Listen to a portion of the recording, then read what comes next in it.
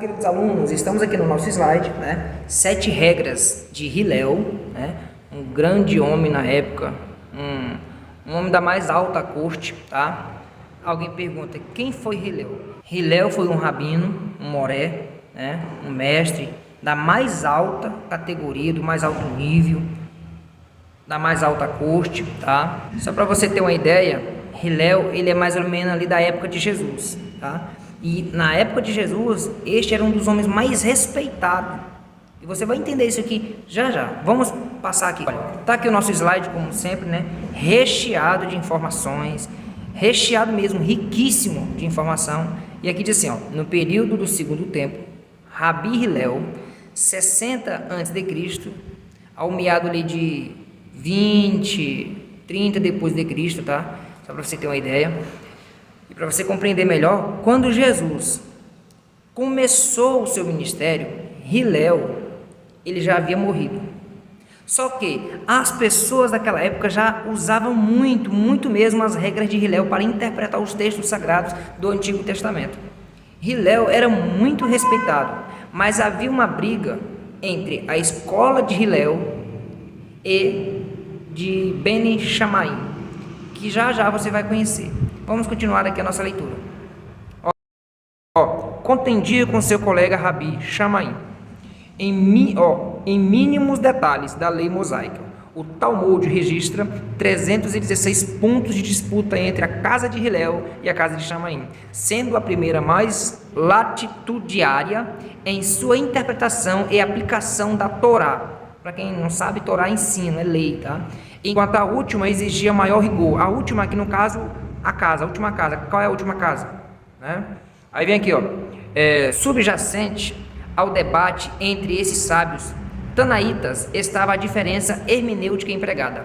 Só para você ter noção aí sobre essas duas escolas. Você lembra que lá atrás eu falei um pouquinho sobre a questão dos pardes, né? Ou do pardes, a interpretação judaica. Essa aqui é outra interpretação, tá? Aquela interpretação judaica que eu apresentei para você ora nas aulas anteriores, está falando mais ali no período do tempo de Esdra, né? Neemias. Essa aqui já é mais para cá, tá? É mais avançado um pouquinho. Você já vai ver que lá fala sobre 4 níveis, aqui já está falando de 7. Interessante que esse Beni Shammai aqui, e depois ele vai desenvolver 13 regras. Mais tarde ele vai desenvolver 32 regras para interpretar a Bíblia. Só para você ver que houve avanços, e muitos avanços, tá? Próximo slide, pessoal. Vamos devagarzinho, vamos devagar para ver se você compreende e não desiste da aula. Vamos devagar. Vou tirar um pouquinho o pé do acelerador para nós, né? Então vamos lá. Olha só, tá aqui, ó. Hillel utilizava analogia e alegoria para adaptar a Torá o seu objetivo. Resumindo, na regra áurea de que, o que for odioso a você, não faça ao seu próximo. Isso é toda a Torá. Agora, se você prestar atenção nessa regra aqui de Hillel, você vai ver que isso aqui entrava de comum acordo com o texto bíblico. Por quê? Porque Jesus disse, olha o que Jesus disse, o coração da Bíblia, Mateus capítulo 7, versículo 13, se eu não me engano, diz assim, assim como quer que os homens os façam, façai vós também, pois esta é a lei. Se você pegar a frase de Hillel e a frase de Jesus, você vai ver que parece que uma saiu da outra, ou que uma foi a base para esperar a outra. Olha só, o que for odioso a você, não faça ao seu próximo. Isso é toda a Torá. Jesus, ele contendia um pouquinho com as regras de Hillel, com os ensinamentos de Hillel. Todavia, eles andavam de comum acordo em questão de dizer que era sim uma obrigação do cristão, do ser humano, respeitar as Sagradas Escrituras, respeitar os textos sagrados. Então, por mais que Jesus vai ter uma coisinha assim com Hillel, né, um desentendimento em alguns pontos, mas alguns pontos eles, se unem. E aqui está o que for odioso a você, não faça ao seu próximo. Isso é toda a lei. Jesus disse, assim como quer que os homens os façam, façai vós também. Esta é a lei. Entende?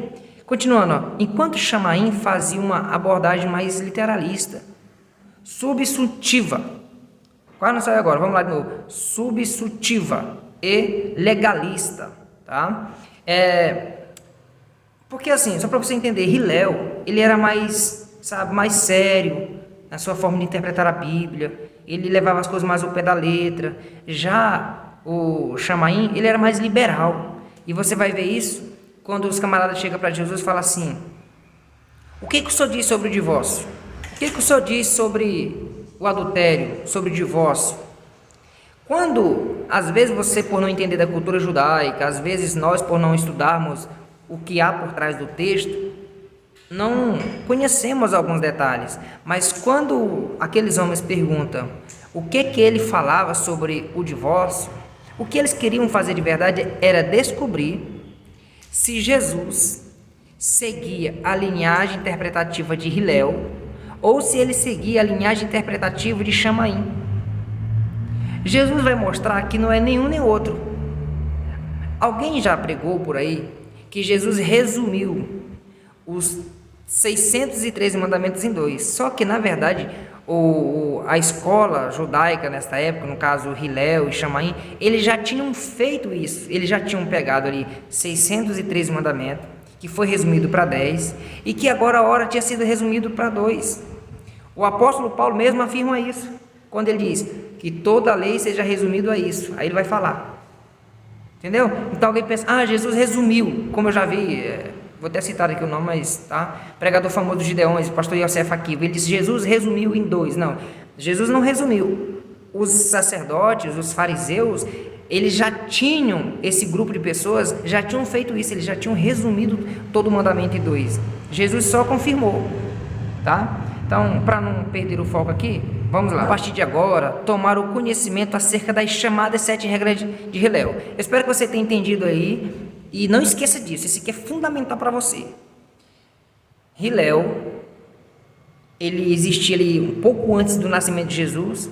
Quando Jesus nasceu, possivelmente Hilel ainda estava vivo, mas quando Jesus inicia o seu ministério, no caso com os 30 anos, Hilel já estava morto, tá? Então, entenda isso aqui. Quando Jesus nasceu, Hilel ainda estava vivo.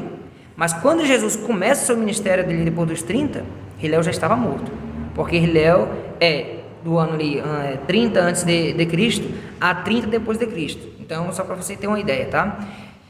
E esse homem chamado Hilel, ele era da alta corte, tá? Era um camarada muito admirado e respeitado pelos fariseus. Tudo bem? Então, só para nós fazer um resumo aqui, para antes de nós entrar nessas leis, tá? Eu preciso dizer para você, Hilel, presta bem atenção nisso, Hilel era um dos grandes intérpretes do Antigo Testamento, respeitado e considerado naquela época, tá? E na época de Jesus, havia uma disputa muito grande entre os discípulos de Hilel e os discípulos de Shammai. E é algo interessante que essa briga sempre houve, porque logo em seguida, quando Jesus começa o seu ministério, começa a acontecer uma briga entre os discípulos de Jesus e os discípulos de João Batista. Você já percebeu? Eram 2 homens grandes, e aí o negócio ficava entre os discípulos de um e os discípulos de outro, tá? Parece uma coincidência. Então, Hilel era um intérprete conservador, enquanto Shammai já era um intérprete mais liberal. Essas informações eu estou repetindo elas para você porque eu quero que elas fiquem aqui, ó.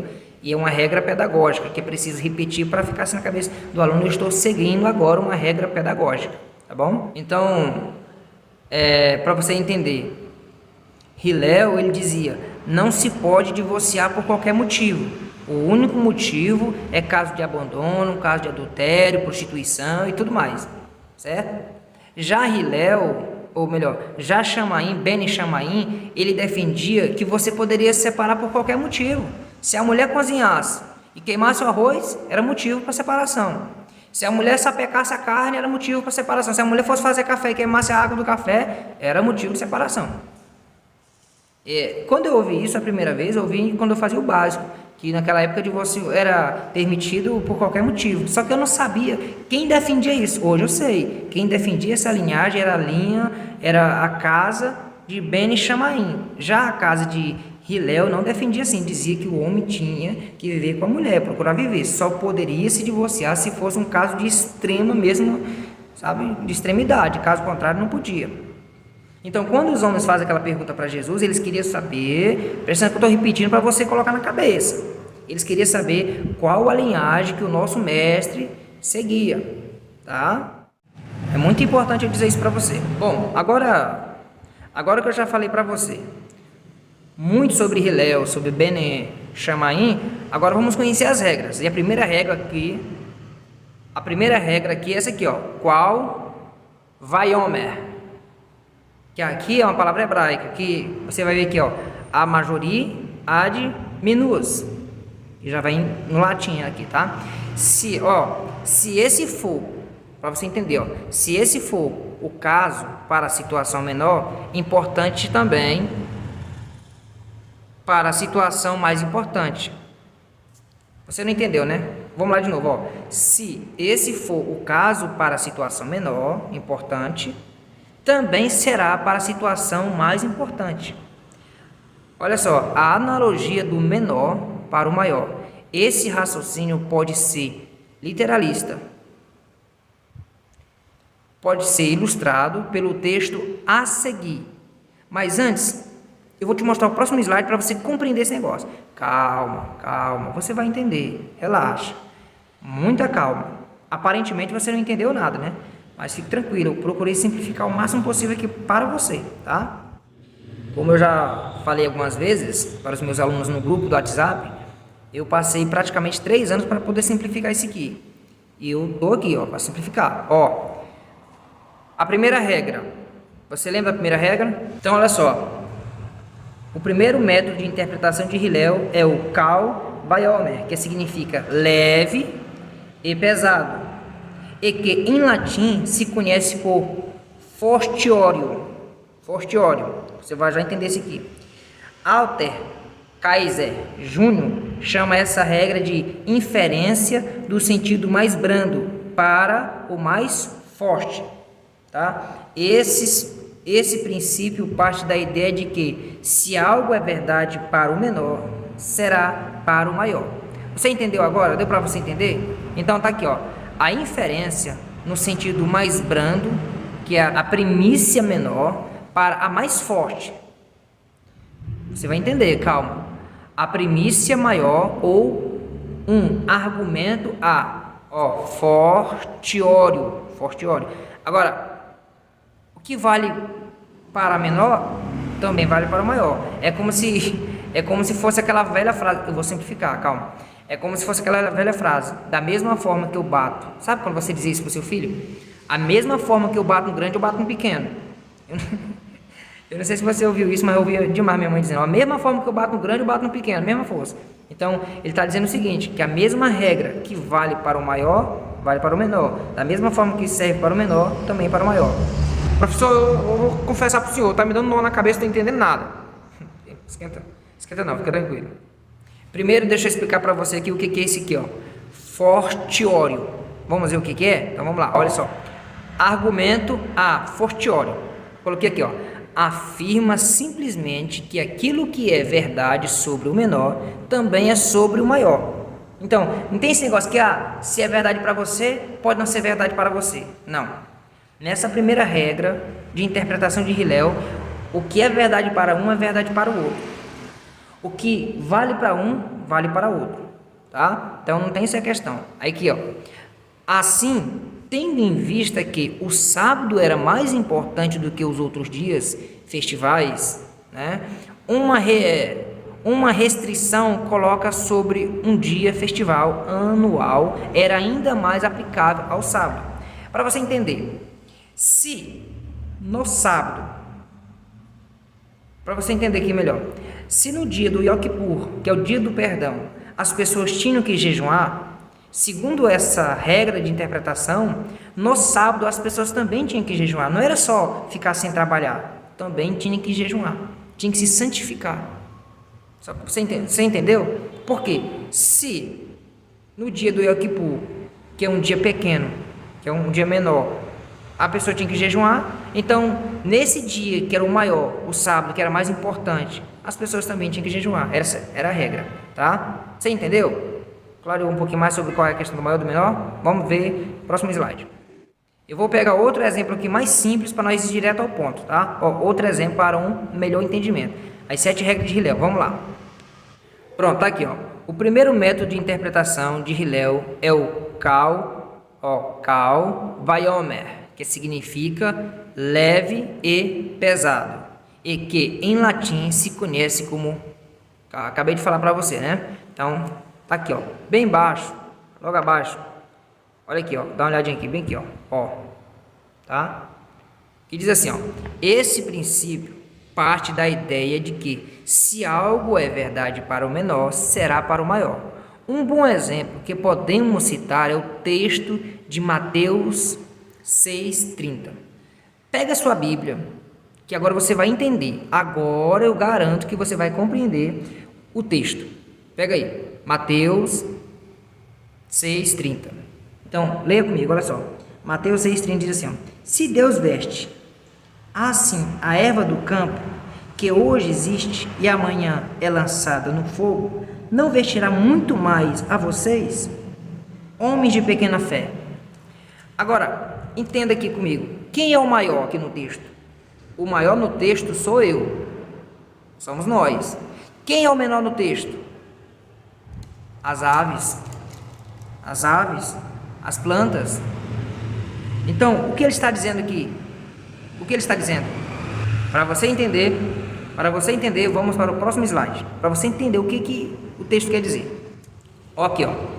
A expressão muito mais ou quanto mais, isso vai depender da versão, da tradução que você esteja usando aí, tá? A palavra-chave aqui do texto às vezes pode estar implícita, tá? A palavra-chave aqui no texto às vezes pode estar explícita. Então assim, ó, se Deus cuida das aves e dos lírios, que são os menores, imagina o cuidado que Ele vem a ter para comigo, para conosco, que depois que nós confiamos nele, entregamos a nossa vida para Ele, que Ele é o nosso Criador, que Ele é o nosso eterno, nós, aqui o maior somos nós. Você entendeu agora a questão aí da interpretação? Então eu vou tentar simplificar. O maior aqui no texto, quem é o maior? Somos nós. Quem é o menor? Quem é o menor? As aves, os lírios.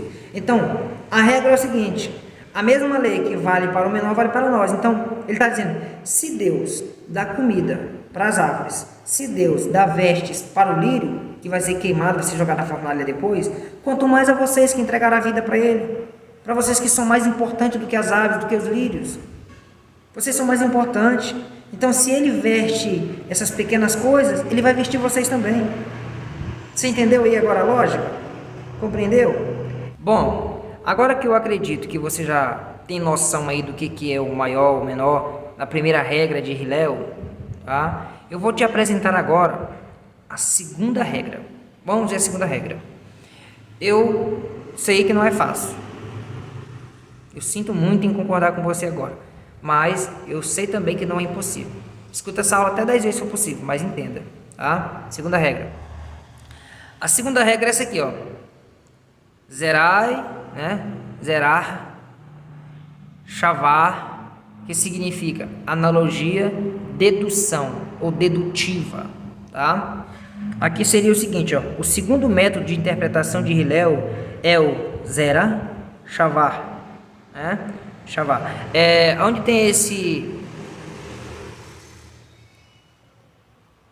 significa analogia, tá? Ou dedução, certo?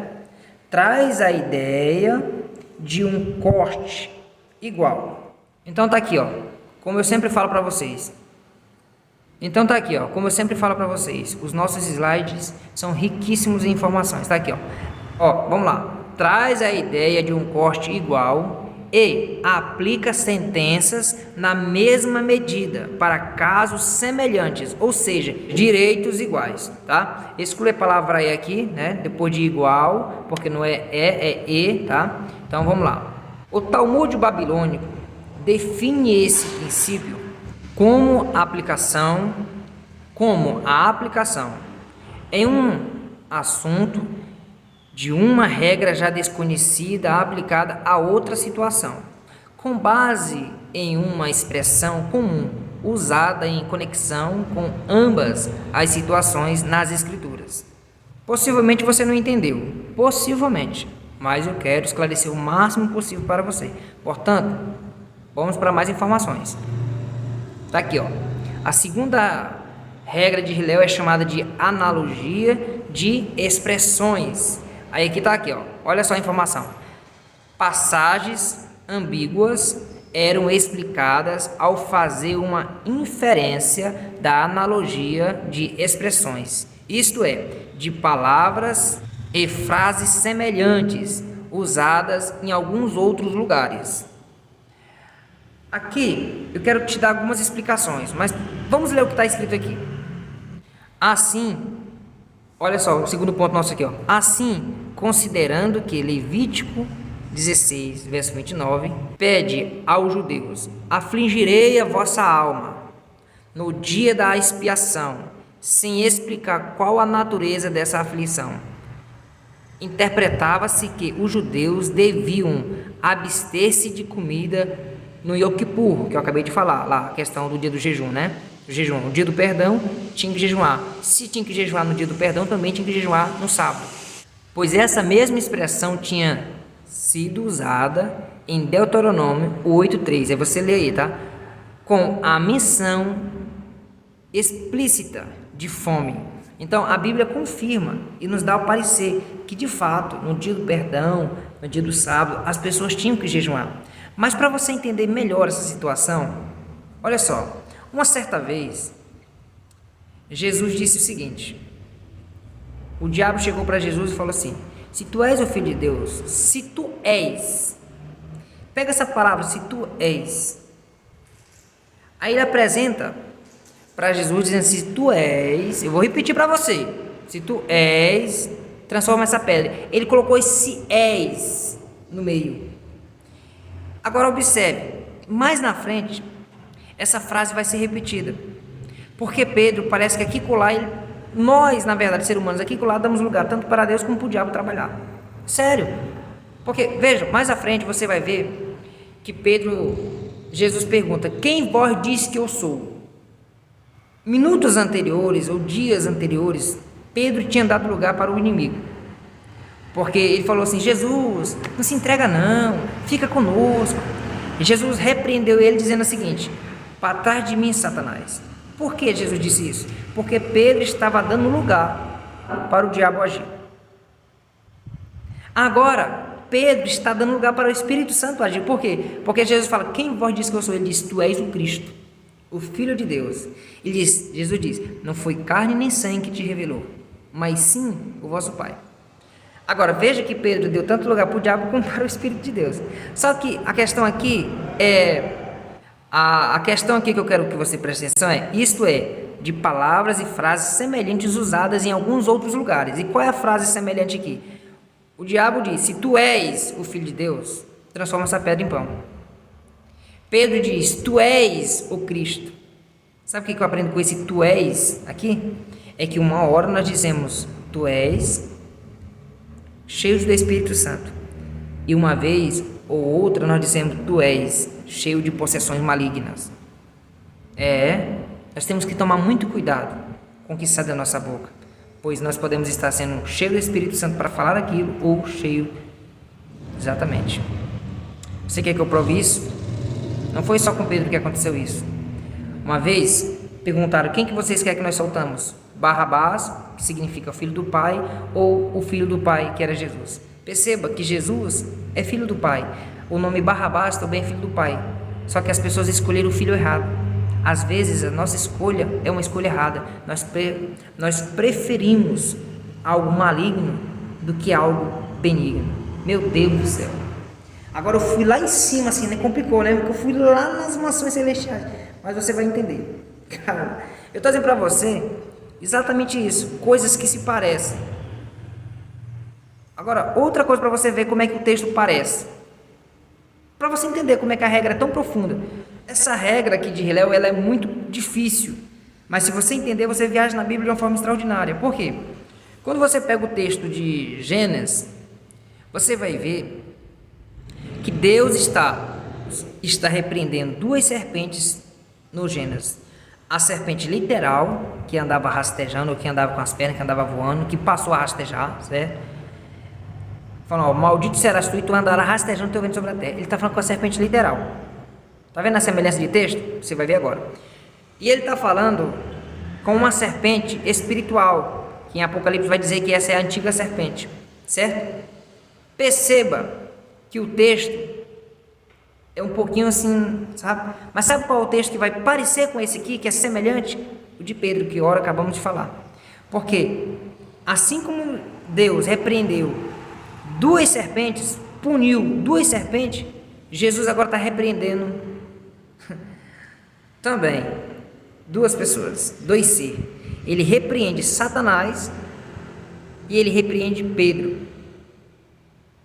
Porque quando você vai ver, Jesus está repreendendo Pedro pela atitude dele, dizendo que não, Jesus não se entrega não. E está repreendendo Satanás que está usando Pedro. Você está vendo a semelhança? O Pai, o Eterno, repreende duas serpentes, a espiritual e a terrena. Jesus está repreendendo aqui praticamente duas serpentes. É, isso mesmo. A espiritual que estava usando Pedro e Pedro. É, exatamente. Talvez isso aqui seja muito forte para você e difícil para você entrar na sua cabeça, porque isso aqui é uma interpretação do alto nível. Mas o que eu quero dizer para você é que a segunda regra de Hillel era essa aqui, ó. As passagens que se pareciam com a outra, que completavam a outra. Olha lá, ó. Isso é de palavras e frases semelhantes, usadas em alguns outros lugares. Então há uma semelhança assim de palavras que é usada em outro lugar. É como se fosse o famoso texto paralelo. Sabe aquele versículo que ele está dizendo outra coisa, mas ele usa a mesma palavra de outro versículo. É igual você pegar a palavra Jesus. A palavra Jesus ou o nome Jesus, ele ocorre 990 vezes na Bíblia. Você pega todas as vezes que aparece. Embora seja de forma diferente, mas a questão é a palavra principal, a palavra-chave, Jesus, ela aparece em outros textos, entendeu? Então essa é a questão aí do texto semelhante. Você compreendeu? Então veja aqui, ó, que no nosso livro diz o seguinte, ó, presta atenção no nosso conteúdo. Um exemplo desse método está em Mateus 12, versículo 1 ao 4. Olha só o que está escrito aqui, ó. Para você entender, cada vez eu estou tentando simplificar melhor. Você vê que eu começo aqui no início de cada uma das regras, parece difícil, do meio para o fim vai clareando. Então vamos lá, olha um exemplo bíblico aqui. Outro, né, que já demos vários aqui. Mateus capítulo 12, versículo 1 ao 4. Ó. Naquele tempo, passou Jesus pela seara em um sábado, e os seus discípulos, tendo fome, começaram a colher espiga e a comer. E os fariseus, vendo isso, disseram-lhe: Eis que os teus discípulos fazem o que não é lícito fazer num sábado. Ele, porém, lhe disse: Não tendes lido o que fez Davi? Olha o que Jesus fez. Parece que Jesus usou muitas regras de Hillel, não parece? Ele está usando aqui agora, ó. Ele está usando essa regra aqui, ó, a analogia de expressões. Uma frase semelhante outras, né? Então ele pegou aqui, ó. Os camaradas estão falando, que teus discípulos estão comendo hoje, ó, tal, tal e tal. Jesus fala assim: Não tendes lido o que fez Davi quando teve fome? Qual é a palavra-chave aqui? A palavra-chave aqui é fome, certo?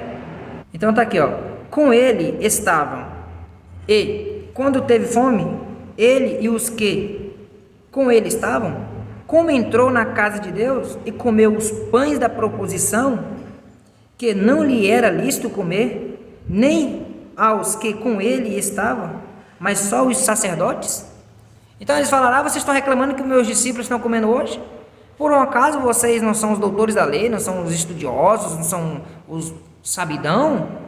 E vocês estão esquecendo que Davi fez com os soldados? Eles entraram no templo, nem Davi era sacerdote, nem os que com ele estavam, e comeram dos pães. O que foi que Jesus fez? Ele pegou um texto similar com aquele momento e aplicou. Para fazer o quê? Para neutralizar a atitude dos fariseus de acusá-lo.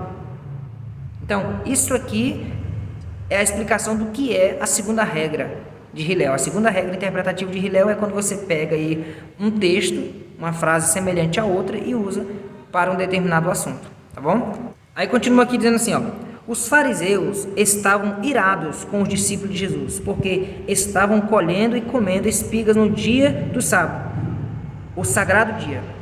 Jesus lembra os líderes religiosos de um episódio semelhante que ocorreu com Davi e seus homens quando tiveram fome. Eles comeram do pão sagrado, do pão da proposição. Eram 12 os pães da proposição, colocados em ordem ao sábado perante o Senhor, e eram ofertas queimadas ao Eterno. Pertenciam aos sacerdotes, que os comia num lugar santo. As ações dos seguidores de Jesus estavam listadas entre as 39 regras proibitivas do Shabat. Tá? William Barrick, que é um camarada topíssimo, ele diz o seguinte, porque terem arrancado o trigo era culpado de colher por esfregá-lo entre as mãos, era culpado de derrubar por terem separado os grãos do caule, e era culpados de derrubá-lo. Bem, se Davi e seus homens não foram condenados ao praticar tal ação, Jesus e seus discípulos também não poderiam sofrer condenações dos fariseus diante do fato posterior. Deve-se aplicar as mesmas regras de um fato semelhante anterior. Aplica-se nesse caso Zera Shavar. Então, para você entender de uma vez por toda esse princípio aqui, você tem que entender que o próprio Jesus usou esse texto. O próprio Jesus usou esta regra. Como seria usar essa regra? Seria o seguinte: vocês querem me punir porque os meus discípulos estão comendo pães hoje, que é sábado. Mas vocês não puniram Davi. Essa regra aqui, ela é como se fosse uma complementação da primeira. Você entendeu? É como se Jesus estivesse dizendo assim, eu e os meus discípulos que somos pequenos, somos os menores, vocês querem punir, né? Mas Davi e os seus soldados que eram grandes, vocês não queriam punir.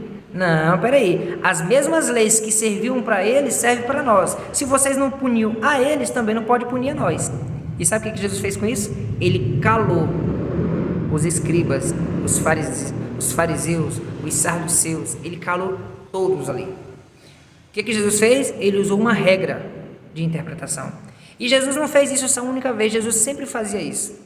Se você ler a Bíblia com cuidado, você vai ver que Jesus sempre usava uma regra da interpretação para se escapar. Você vai ver que várias vezes os discípulos, os fariseus tentam pegar Jesus, mas ele dá uma palavra, desmonta eles e não pegam Jesus. Por quê? Porque ele tem a palavra na ponta da língua. Ele vivia o que ele ensinava. A nossa aula está grande, essa aula está grande.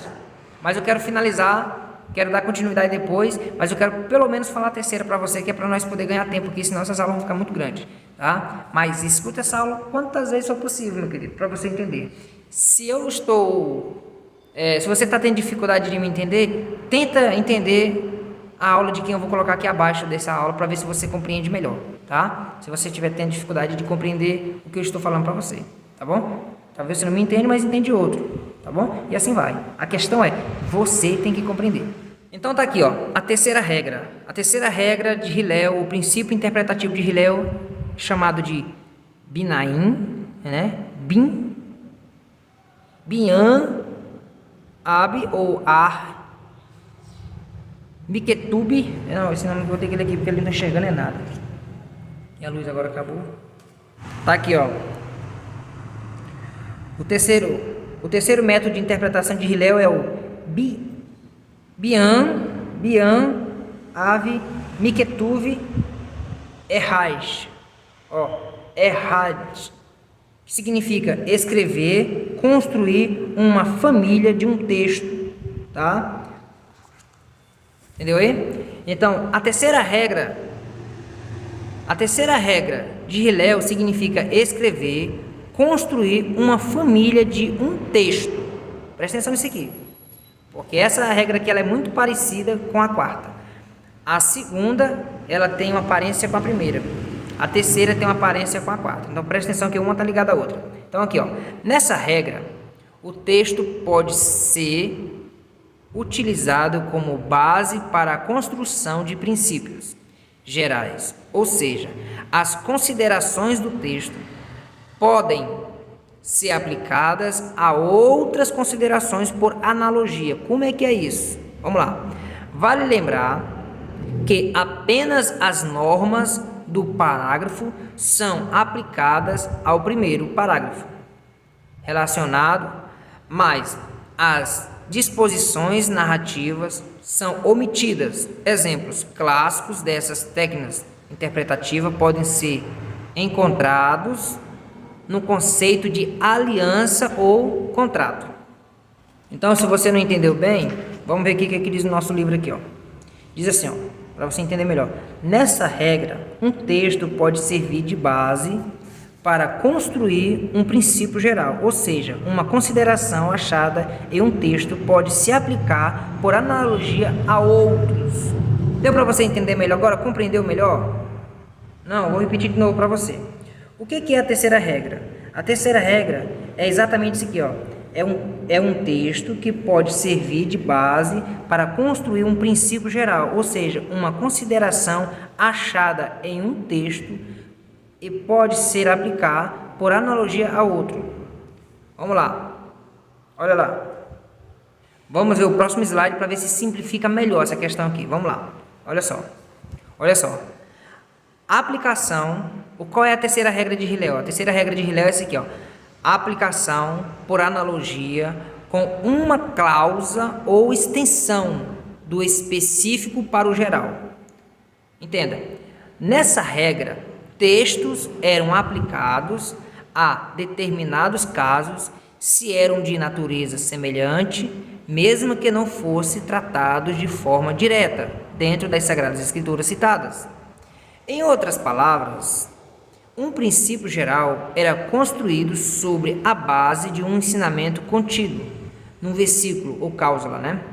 Assim, por exemplo, o caso de assassinato não intencionado de um companheiro lenhador que é citado em Deuteronômio 19 pode se aplicar a qualquer tipo de morte acidental resultante de dois homens trabalhando juntos em um lugar público, tá?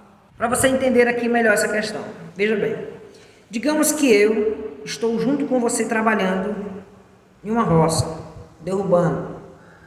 A lei dizia o seguinte, que se eu machucasse o seu olho, mesmo por acidente, eu deveria deixar você ir embora. Eu deveria dar liberdade para você. Você já não era mais meu escravo. Você já não me devia nada. Certo? Aí o que acontece? Algumas pessoas diziam que, mas fulano machucou foi a orelha. Mas fulano quebrou foi o dedo. A lei diz que só se for o olho. Nessa terceira regra de Hillel aqui, nós entendemos o seguinte, a questão da analogia. O olho, ele pode estar se referindo tanto a um dente, como a uma orelha, como um dedo. Ele serve no contexto geral. Compreendeu agora? Então, a lei está dizendo que se o fulano lá está trabalhando com você na roça e ele machuca teu olho, você deve ser livre. Aí alguém pensava, não, é só se for o olho. Se não for o olho, pode quebrar a mão, pode quebrar a perna, não tem problema. Aí Hillel está usando a interpretação que diz assim, não senhor. Essa explicação ela pode ser explicada também por analogia. Ou seja, o olho pode representar aqui um braço, uma perna, uma orelha. Não quer dizer especificamente só o olho.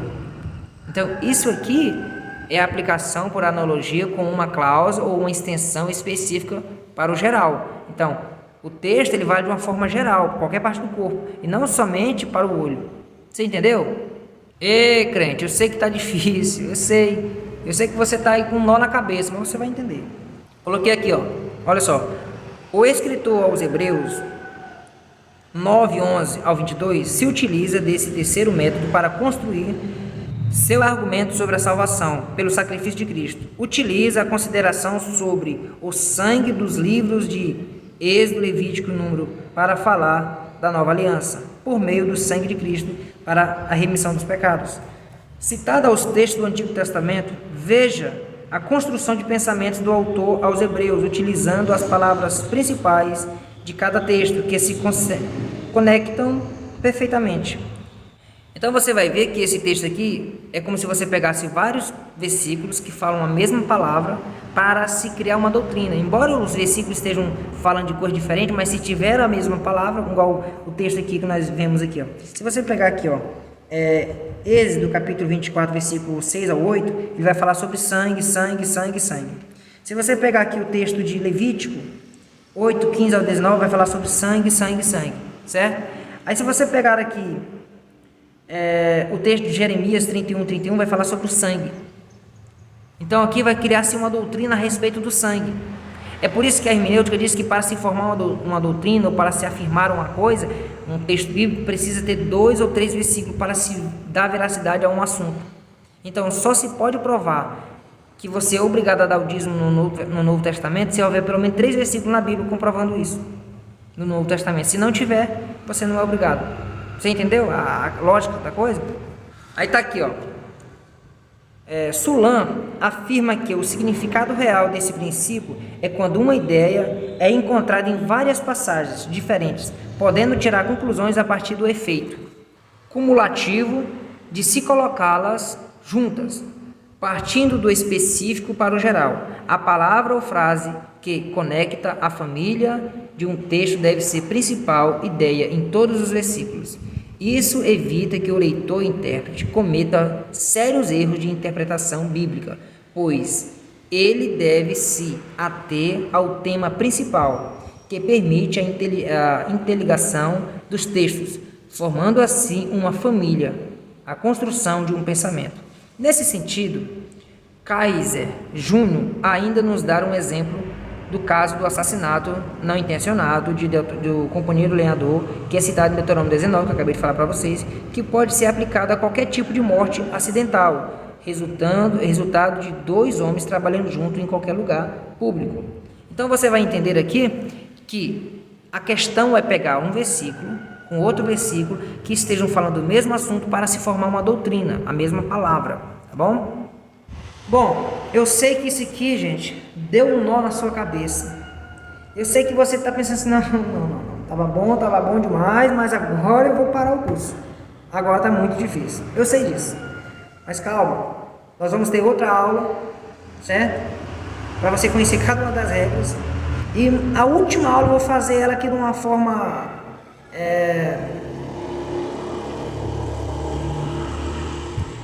de uma forma assim, o nosso linguajar, nosso dia a dia. Eu vou trazer assim, sabe? Volta a câmera para mim rapidinho, volta aí.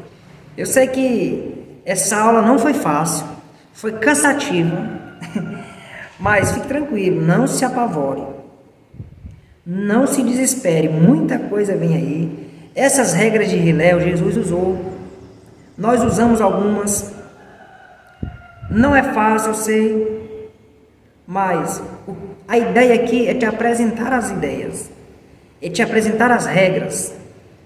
Agora, cabe a você a tentar dominá-las ou simplesmente passar por cima e praticar o simples mesmo da interpretação, tá? Você pode usar a forma de interpretar a Bíblia de uma forma pardes, que nós passamos lá, né? Que é os 4 níveis, ou você pode usar os outros métodos que nós vamos te apresentar. Esse é um dos mais difíceis, mas foi muito usado naquela época, tá? E aí você pode dizer comigo, ó, eu tô querendo é que esse acaba logo, não poder ir para frente, porque esse aqui, né? Mas fique tranquilo, vai dar certo, tá? Calma, relaxa. Nós falamos 3 aqui. Assista essa aula 2, 3, 4 vezes se for possível, para passar para outra depois. Ó, eu vou te aconselhar isso. Não passe para outra aula sem antes entender essa aqui. Procure entender essa aqui. Assista 2 vezes. Se você não conseguir entender nada, passe para outra, porque talvez você vai conseguir entender essa aqui na outra, mas não passe antes de ouvir essa aqui pelo menos 2 vezes. Faça isso com a outra também, tá bom? E vamos que vamos. Que Deus te abençoe. Shalom, shalom. Letri Riod. A paz e até breve.